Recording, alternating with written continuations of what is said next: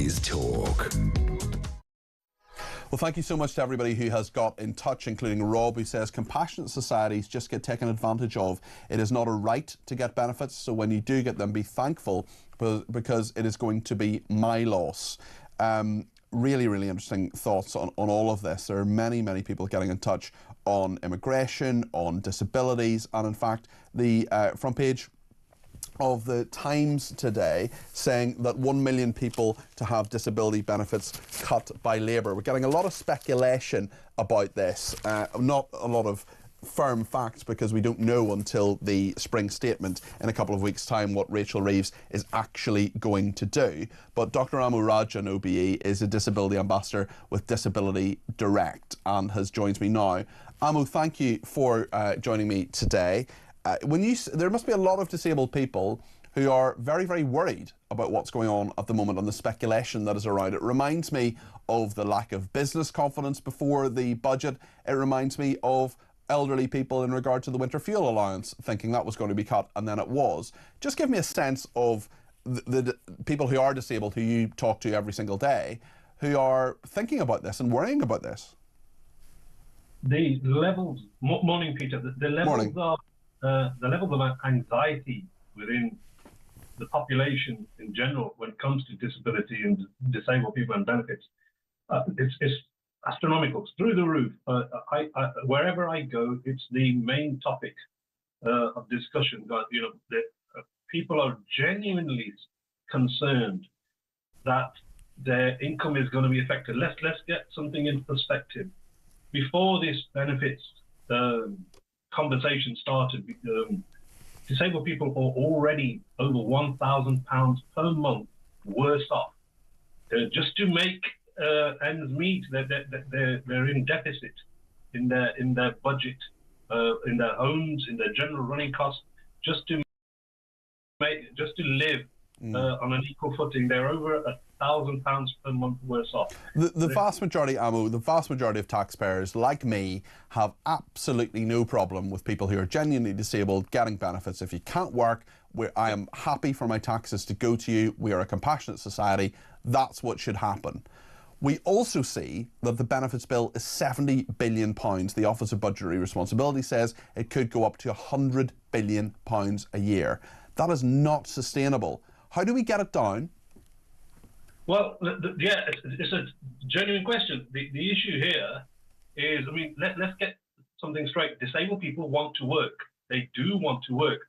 What's broken, if people think the benefit system is broken, equally, the support of getting disabled people into work, that is broken too. There's not been enough investment recently, particularly in trying to get disabled people off benefits. Tell us a little bit about, there's a really good example that was made earlier on about an organisation called Remploy, and then a lot of funding was cut for that. Just talk us through what that was. It seems to be quite a good idea. £50 million a year of public money. That seems to have paid off to a huge degree. Why was it cut? Well, it may have been good and bad. It was good at the time when it was set up, but it wasn't about integrated employment. It was almost segregated employment for disabled people. What we want is a society where disabled people work alongside non-disabled colleagues on an equal basis. Now, let me give you my personal example. 30 years ago, I'm a disabled person. 30 years ago, I was unemployed and on sickness benefits. And there was a scheme. There was a disability employment advisor at the job centre who talked me through and got me through, navigated me through the system, and I ended up doing a work placement. And within the same organisation, within years, I became the CEO. So with the support and the structures in place, disabled people can achieve and will work. What we've got now is a system where disabled people just said, well, apply for jobs and hope for the best. And once you've got it, then we'll see if we can try and support you through the Access to Work scheme, which, by the way, is still not well understood by employers, and it's one of the schemes that's just not advertised by the DWP at all in terms of getting disabled people into work and supporting them through the interview process and sustaining them. Amo, work has changed a huge amount over the past few years, particularly in regard to the COVID lockdowns, particularly in regard to it being so many people work from home, so many people, I know not all disabled people can use a computer, for example, but many of them can.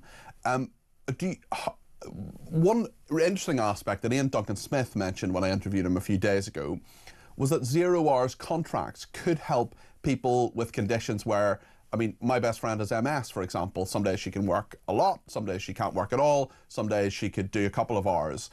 Would 0 hours contract or something like that actually be an idea in terms of disabled people saying, work as much as you can, being much more flexible in regard to work? Because there are a lot of jobs that, yes, every job has a deadline in it somewhere, but there are a lot of jobs that could conceivably be done as much as the person is able to do.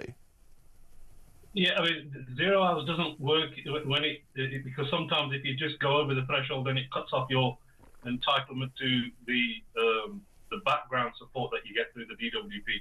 Well, surely there should be some allowance for that and some kind of flexibility within that. Yeah. And there used to be a system, I don't know if it still exists, I'm pretty sure it doesn't, it used to be called therapeutic earnings, where you could work and build yourself up and stay on a benefit system and hop in and out until you've got to a level where you've got enough income coming in, you've got the confidence, and then you can step into employment quite comfortably. And we need to go back into history. Schemes have been tried and tested which work, but for some reason, successive governments have just chopped them and come up with new things. We used to have New Deal for disabled people. That worked. As an employer, I employed many disabled people, got them off sickness benefits, and the charity Disability Direct, which I was the CEO for, still has a couple of people there who came through that program.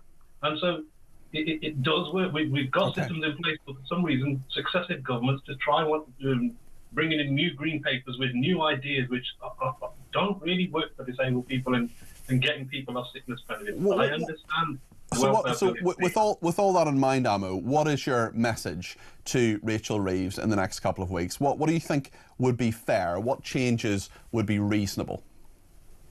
The message to Rachel Reeves is, don't target disabled people. Don't target people who are sick and genuinely cannot work. You're putting everybody into the same pot with there are some people, there may be some people, a small minority. There was some research done last year which proved that the level of fraud within PIP is down to 0%. That it just doesn't exist. That's a misconception. It's a hype that's been put out there. And so let's start being realistic about this. If you want to get people off sickness benefits, you need to invest in systems that will work.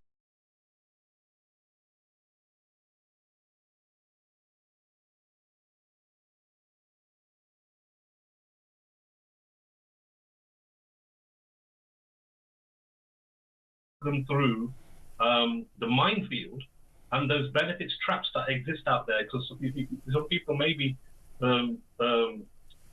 apprehensive about leaving the benefit system because they're going to think, I'm going to lose other entitlements. So it needs a lot more thought, and you need to involve disabled people in that conversation, involve disability charities, user-led charities in those conversations, not just government ministers who do not have the lived experience of disability.